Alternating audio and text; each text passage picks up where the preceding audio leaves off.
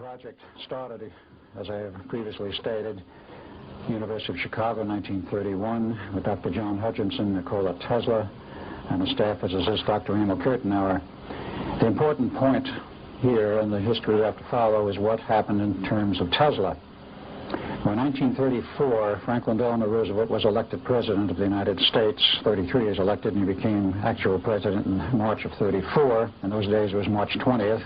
They've changed the date to 20 January since. And when he was in office, he invited his old friend Nikola Tesla down to Washington, as they had known each other since 1917, exchanging amenities, and President Roosevelt asking Tesla, well, what have you been up to? What have you been doing? And of course, the President already knew about the ongoing work on Project Invisibility, but there were other things Tesla had been into which were exchanged.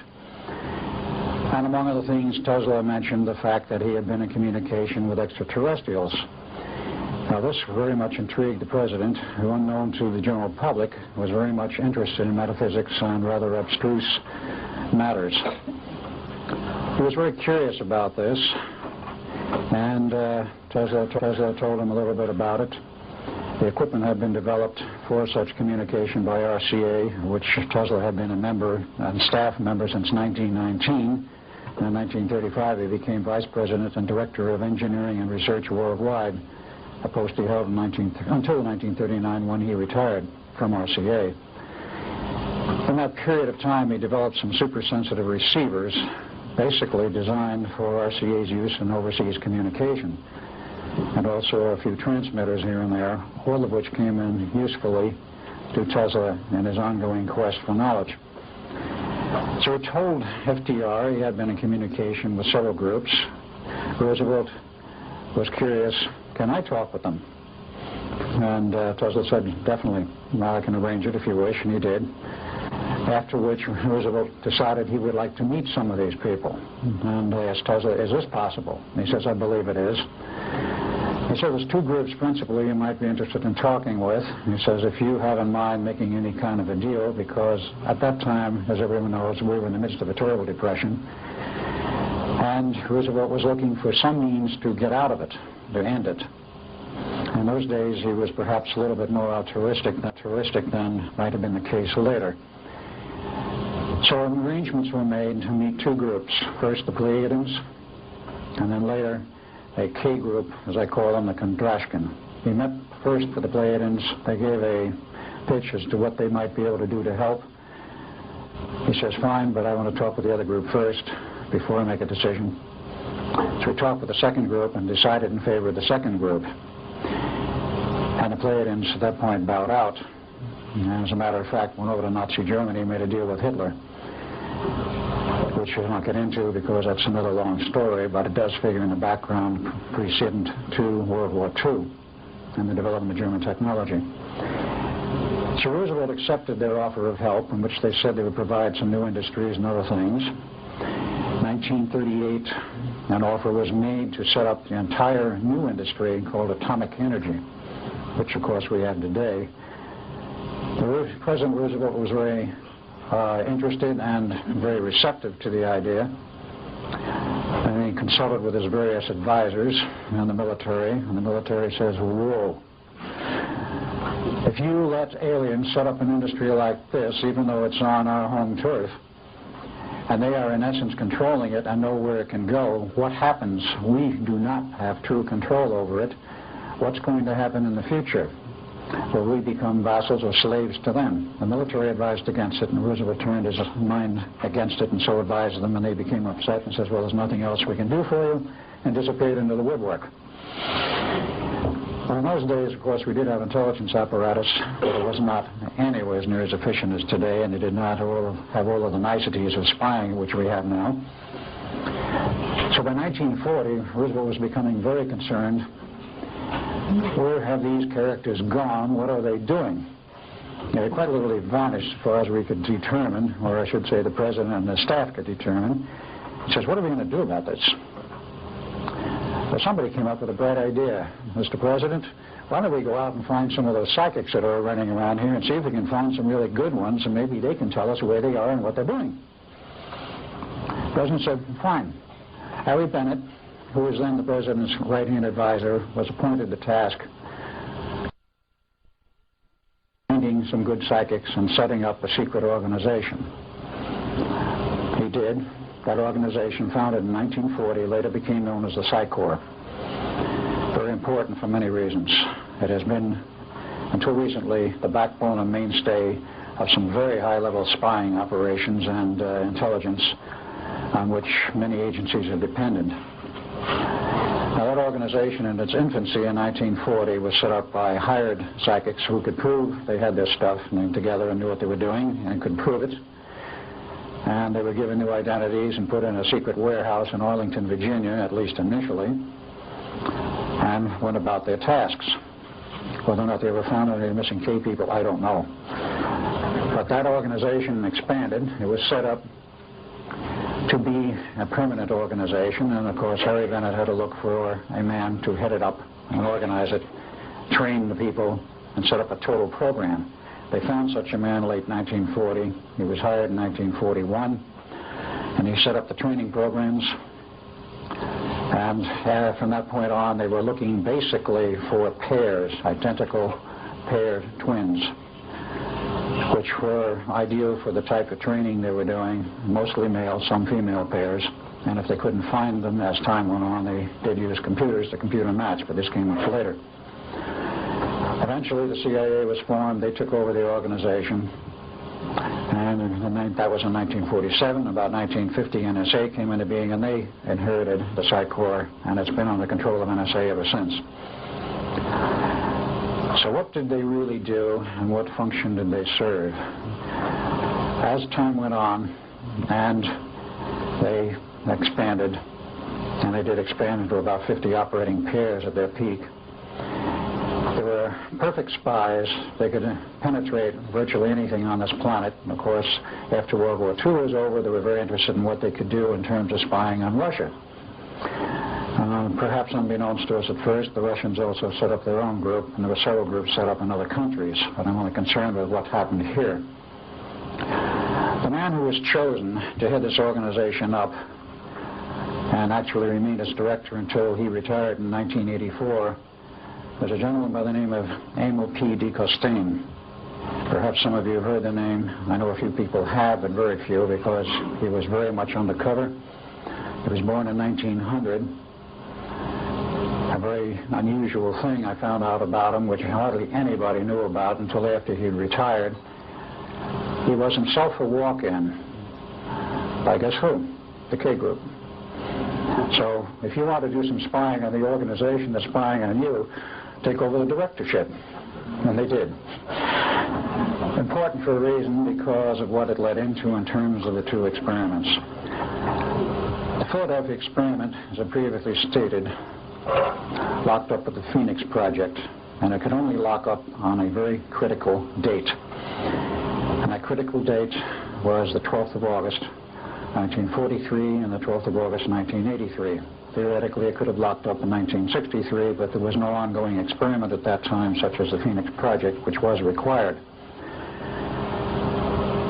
Dr. John Van Neumann was, of course, the second and final director of the Philadelphia experiment. He was also the first director of the Phoenix Project when it came online after the war, and it went through several phases. But the important phase of the Phoenix Project was from 1975 through 1983, when they developed the capability of time travel and the time tunnels, as Dr. Carl Sagan liked to call them, the wormholes in space. Wormholes in space and time. They had the capability, and it was fully functional.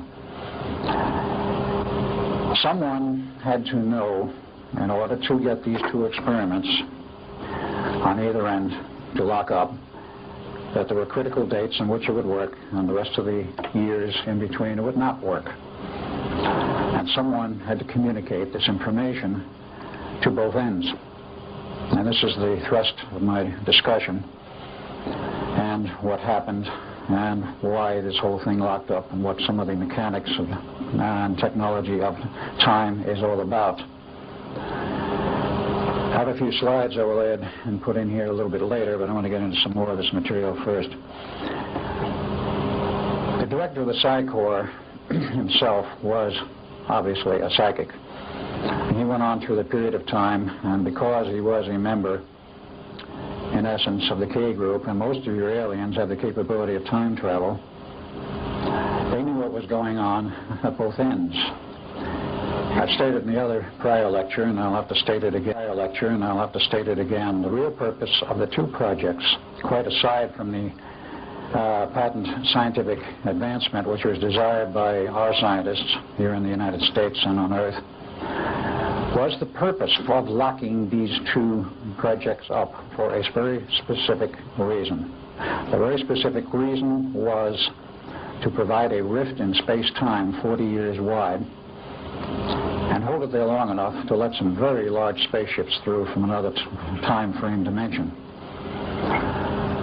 Now, in 1947 onward, the K group was pretty much lost. And came 1954, there was another group which came into purview of the governments, and that was, of course, the Greys.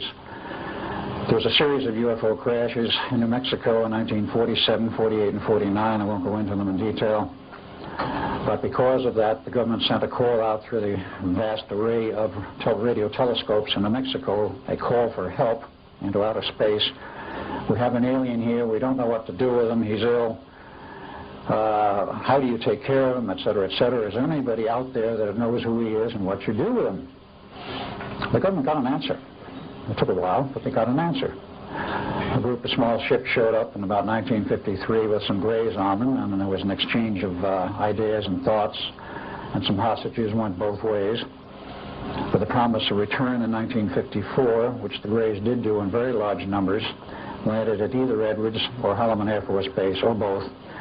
Eisenhower disappeared out of Palm Springs in one of his golfing weekends to Edwards, met with the aliens, and signed an agreement, a non-interference agreement, in which we agreed not to interfere with each other's civilizations, and there would be an exchange of technology.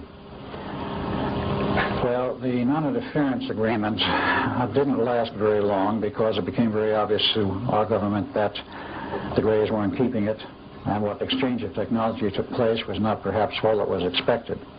The important point was that our government agreed to provide bases for them underground, some 75, full underground railroad system. Construction started in 1959. But the Greys came in very large numbers. We don't know how many. The government perhaps does. It's estimated now they're probably in excess of 1 million. And a very large ship that came in wanted to orbit around Earth, and they provided shuttles down to the surface of the Earth. They could not have gotten through without that rift in space-time. Now, they were here. Other groups were here. There was a group from Orion. They actually were in charge of, in many respects, not formally, but in charge of the scientific development of the Phoenix Project. Therefore, they knew what it was capable of. They helped set up the science and the technology, and they also knew of the critical dates. The dates of 12 August is actually the function of the Earth's biorhythms. The Earth has a series of biorhythms, 4 of them, which, like the human biorhythms, do peak out once every so often. Nobody in our scientific community knew anything about this. It turns out, from what I've learned, that the ancients knew about it. Let us say, the recluse lamas in Tibet and elsewhere knew about it. They do have a great deal of knowledge. And they knew that the Mother Earth is actually a living entity, unlike the rock science, which is taught to us in the colleges, and has a sort of consciousness, perhaps nothing we can understand. But nonetheless, as a living entity, has its own biorhythms. And those biorhythms, 4 of them, peak out once every 20 years. A window approximately a day wide, usually falls on the 12th of August, plus or minus a day, because our Gregorian calendar is not all that accurate. It misses 0.24 days per year, and once every century you have to add a year to correct the calendar. Nonetheless, that was known to these aliens. Now, Emil Costain was in the middle of this, and he had to provide a connecting link, and as did also the aliens. Where we were in 1943 with that test, we had no knowledge of any kind why that date which was handed to us for the second test the 12th of August, which was given to us as a drop-dead test, which came from above the office, the top office personnel, namely the Chief of Naval. We knew the order came from beyond him, but at that time we had no idea where from. It came out of the little White House. There was two gentlemen in there who more or less had the knowledge and the communications. Harry Bennett provided the authority, and Dr. Costain provided the connection. And the drop-dead date was handed down on the authority of the White House to the Chief of Naval Operations that it must be conducted by or on the 12th of August. But the problems we had, the Navy knew, and those people knew, that Dr. von Neumann was going to delay as long as possible, and the final test would get as much time as possible. He worked around the clock trying to correct the problem, because he knew he had a serious problem, and they could not correct it.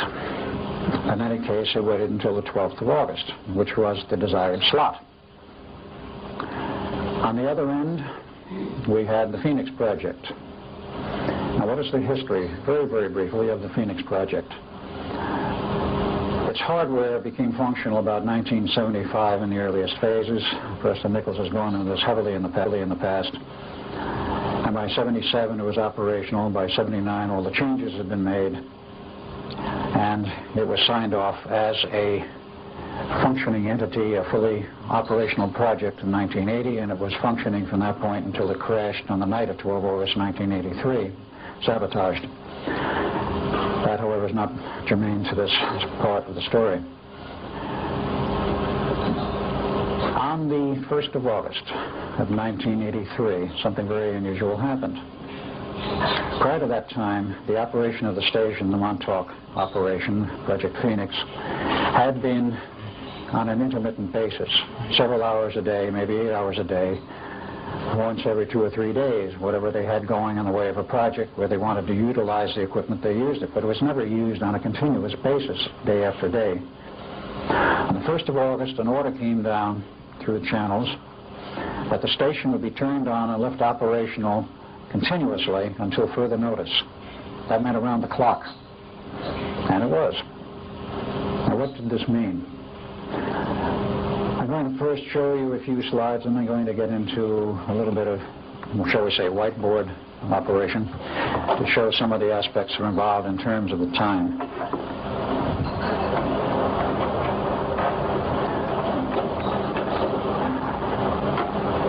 I've shown these slides before, but perhaps it's a good reminder. The Philadelphia experiment took place in outside. I've shown these slides before, but perhaps it's a good reminder. The Philadelphia experiment took place in outside of the Philadelphia Navy Yard. Where is the pointer? Right there. Ah, there it is.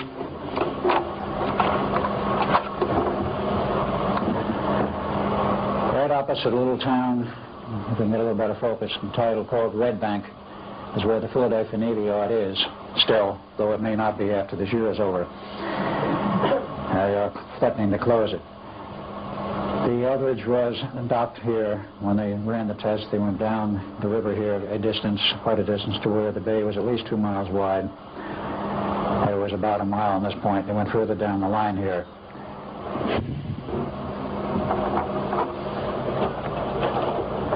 This is, of course, a picture of the famous Eldridge, a file shot. I will not go into the equipment other than to say the main body of equipment was in this little cubicle. That was the door where we went in and out. In the test, there was a special antenna mast on top here, designed by T. Townsend Brown, a special omnidirectional phased array to handle the output from 4 transmitters. And this was the ship for the final test that was used in the Philadelphia harbor, further down, of course, away from Philadelphia. The Phoenix Project took place on the extreme end of Long Island, way out here on the tip, and there was a park there. There was a town of Montauk a little further in. There's a state park out there and also a military base. It does not show in this photo, actually mapped by AAA, because this is the most recent one. The earlier ones show the military base inactive. Fort Hero, in the extreme end, had been there since 1916, perhaps, prior to World War I. and was abandoned in 1986 after all the tests were over. But that was where the other end of the terminal, shall we say, of the two experiments took place, out here. And that was the Phoenix project, the prime home. At one time there were 25 operating ones. And that was the one that caused the lockup, the one that was primarily concerned. In case you haven't seen any of the photos, I'll only show two. The main radar tower from the SAGE system, which was adapted and changed to the Phoenix project. There's this, and that's what you see driving east from Montauk. It's a huge building and a tower with the antenna on top, which is 60 feet high and 120 feet across and weighs approximately 125 tons. And close up, if you get on the base, which is open, and you can wander out there if you want to, but do it during the day.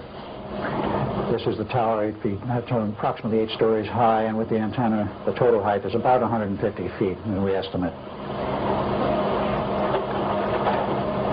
Now I'm going to leave this slide on because what we were dealing with, very briefly again, in the structure of our universe as we know it, is a five-dimensional universe, five-dimensional nature, other than is in the blackboard. And time is of itself, as I think this slide is familiar to Bob Bielek, is in the form of a huge torus and is a structure. This is a mathematical representation, of course. You have a central flow of time through the center, a more or less linear flow, which we call the time we measure, the fourth dimension. And of course you have this helical coil on the outside, which actually establishes the time rate flow. And this is called T2 and is actually the fifth dimension. Now what I need to get into here a little bit is what really goes on.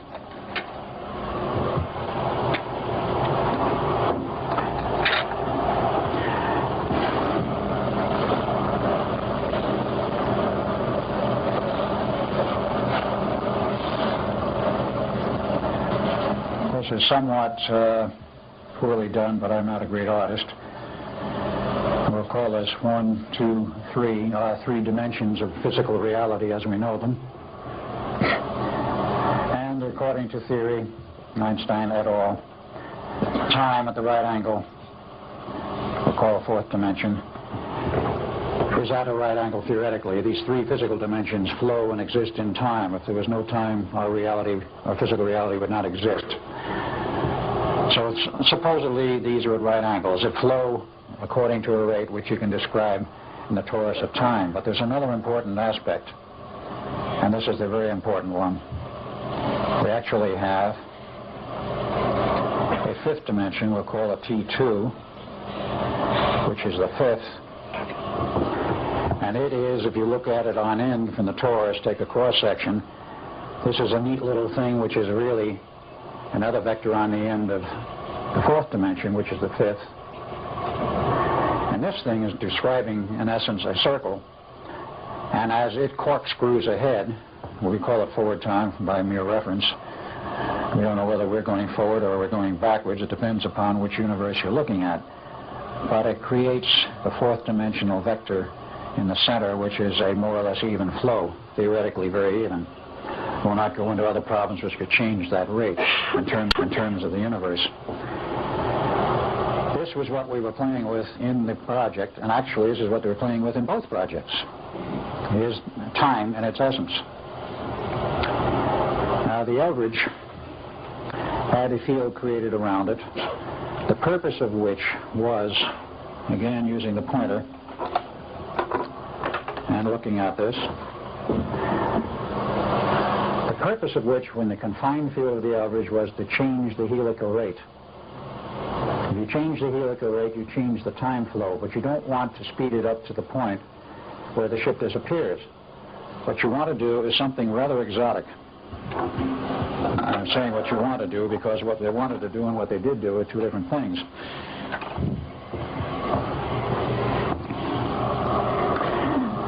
Speaking in terms of looking on the end of this, let's say this torus, our reality here, we'll call it reality 1. You have a free second reality at 90 degrees, a third and a fourth, and you can even have a fifth. The second order reality is at 90 degrees. But you don't want to take the average that far in terms of the time element.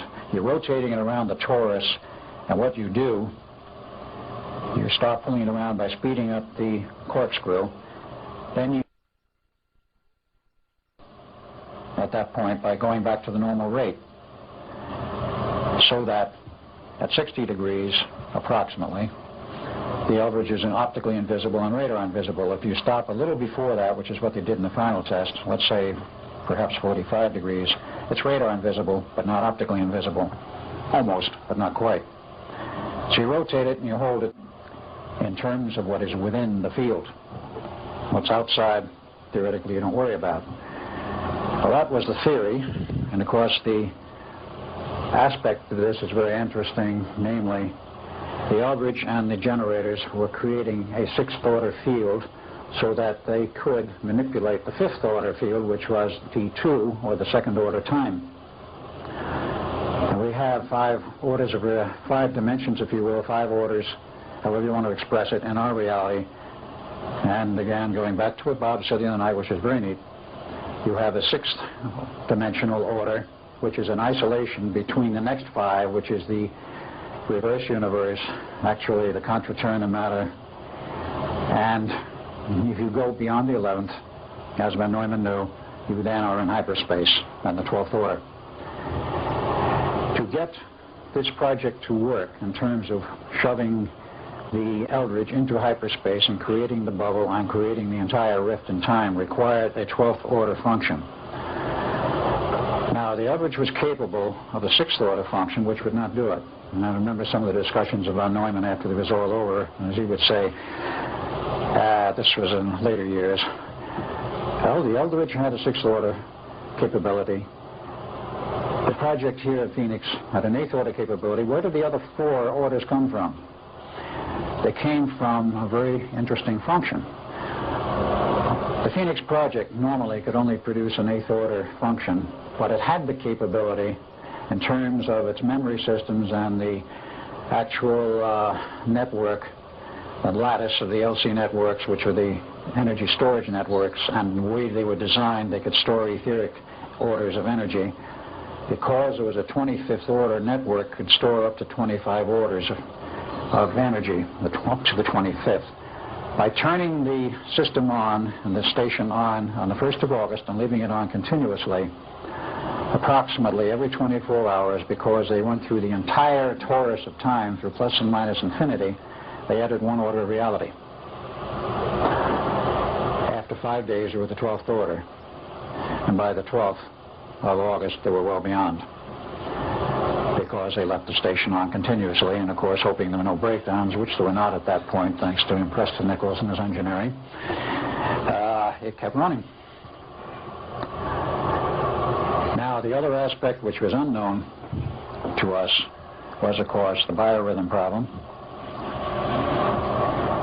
That let us go over to another page.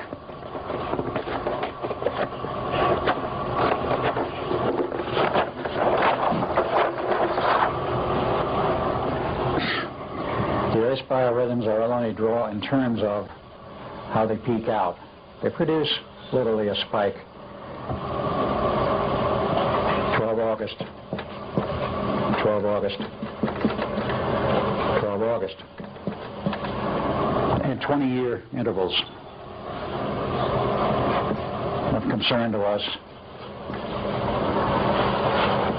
And also 2003. Here sat the Eldridge until it moved. And here sat the Phoenix project. It did not move. It was rather well anchored. And in the middle in 63, there's essentially nothing. There's another peculiar thing happens.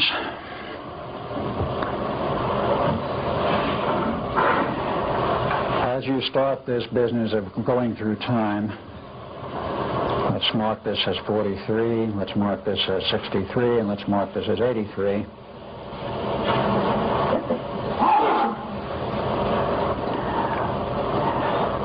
looking at it and sidewise again, is actually a full circle for the 40 years.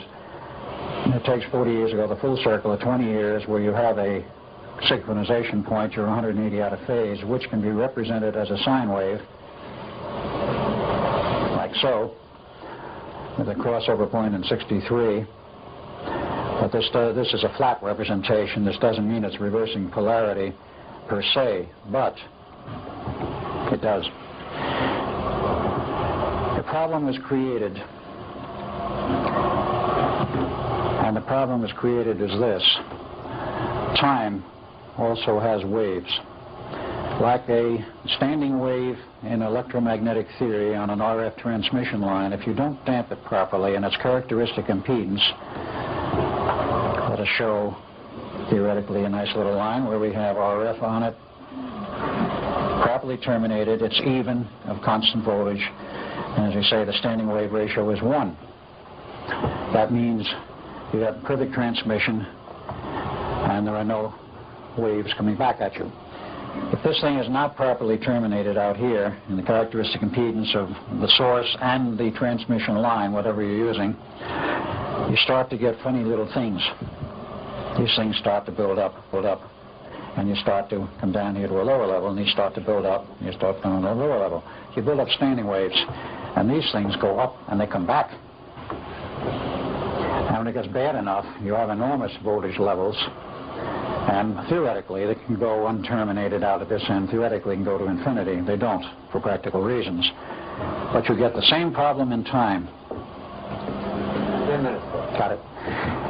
And this means something very extraordinary.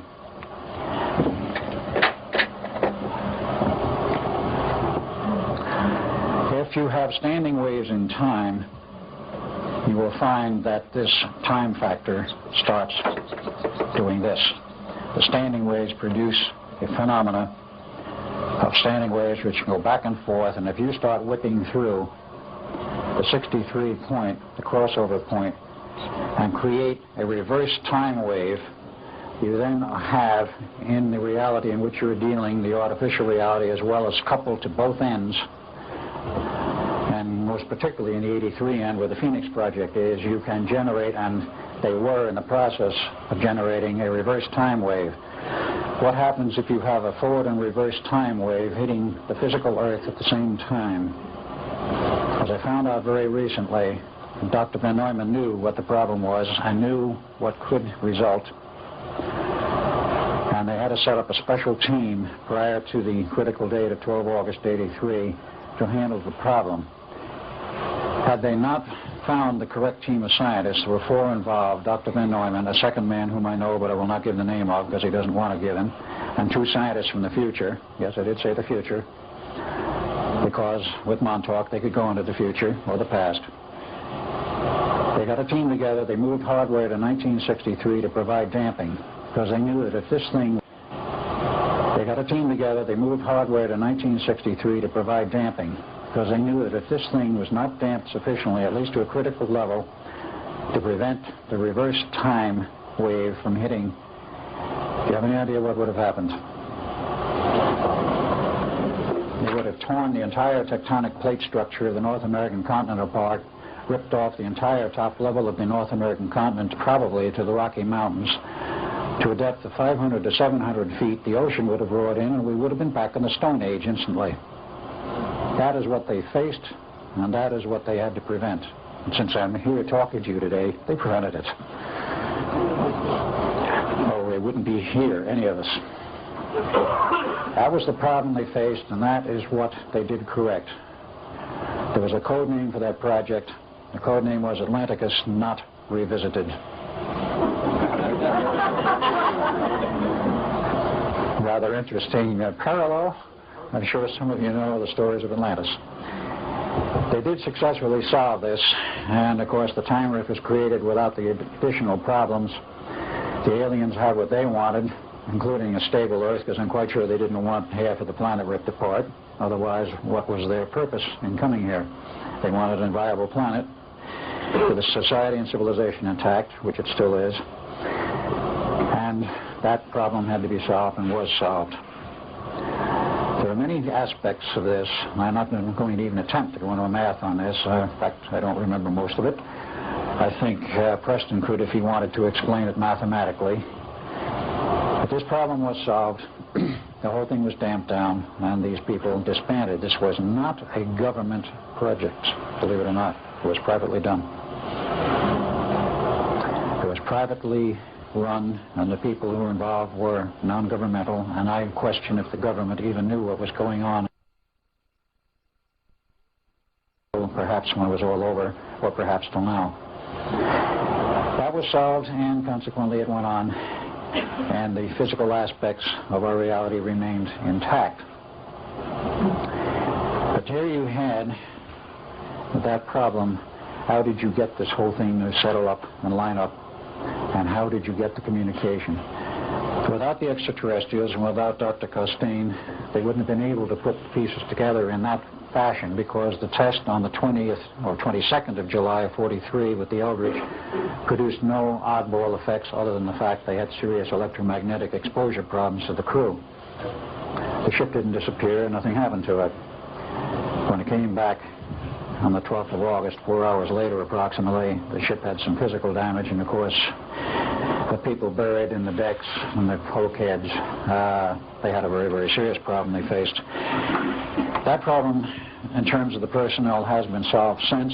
I do not know the exact technology in which they finally did solve it, but Van Neumann was requested in 1947 to go back and look at the problem and see if they could salvage anything. He did. He solved the problem. First, he had to invent a computer. The modern electronic computer is the brainchild of Dr. John Van Neumann. The Institute of Advanced Study, the first one built, perfected is perhaps not the word, but functional, in 1952, and a complete system involving a computer shipped to the Navy in '53 with another test on another ship. And I was not there because the Navy decided it was time for me to disappear. And that test was very successful in '53, and they renamed the project, no longer Project Rainbow, but Project Phoenix. It was a big umbrella that covered many, many projects. Over many years, many generations of hardware, they did make it very practical. It is now on the B-1 and the B-2 bombers. It's on all the large carriers. The B-2 bomber, of course, being the stealth. And that system is totally functional without any apparent hazardous side effects. I was removed from the Navy in 1947. I knew too much, was learning too much from digging in the vaults of Los Alamos, and somebody with the communication up and down the line decided that I had to go. But for this problem and the damping out here from 43 to 83, as a Levinson equation state, there were standing wave ripples which go on for another 20 years out to 2003. This part had to be damped. We weren't concerned about the back end. So Duncan and I were specially set up and processed, by whom I do not know and how I don't know, but we've been the stabilizing factors on this whole Levinson matrix, if you will, the time stability factor, which has kept everything stable. And after 2003, I guess we're not required anymore. Who knows what will happen to us by then. That was also part of the project called Atlanticus Not Revisited. I do not know what was done, but I do know it was accomplished. So I think we've fairly well covered this, and in a brief nutshell, the problems that were generated by those two projects were solved. Of course, Phoenix went down on the night of 12 August 83 from sabotage, and it's been out of operation ever since. Though there is a new Phoenix at a different location, now essentially operational. The aliens knew what they wanted, they got what they wanted, and today we have a problem with the aliens that we'll not go into. I think that pretty well winds it up, other than to say my experiences have been put into a book entitled The Philadelphia Experiment and Other UFO Conspiracies. I do have a few copies upstairs on the table where Preston Nichols is located, and I also have a few left, I believe, in the bookstore, and they are for sale. If you have any other questions, I think I have about 2 minutes. I'll attempt to answer any questions at this point, and then I can answer questions later. question? Yeah, gentleman, a lady back there with glasses. If they have this advanced technology, what do they need us for? They need us for two things. In fact, three perhaps, but number one, in terms of the technology, they need our capability to manufacture hardware to their specifications, which we are now capable of doing. And so far as the Orions are concerned, they're engaged in an advanced base operation in a general warfare.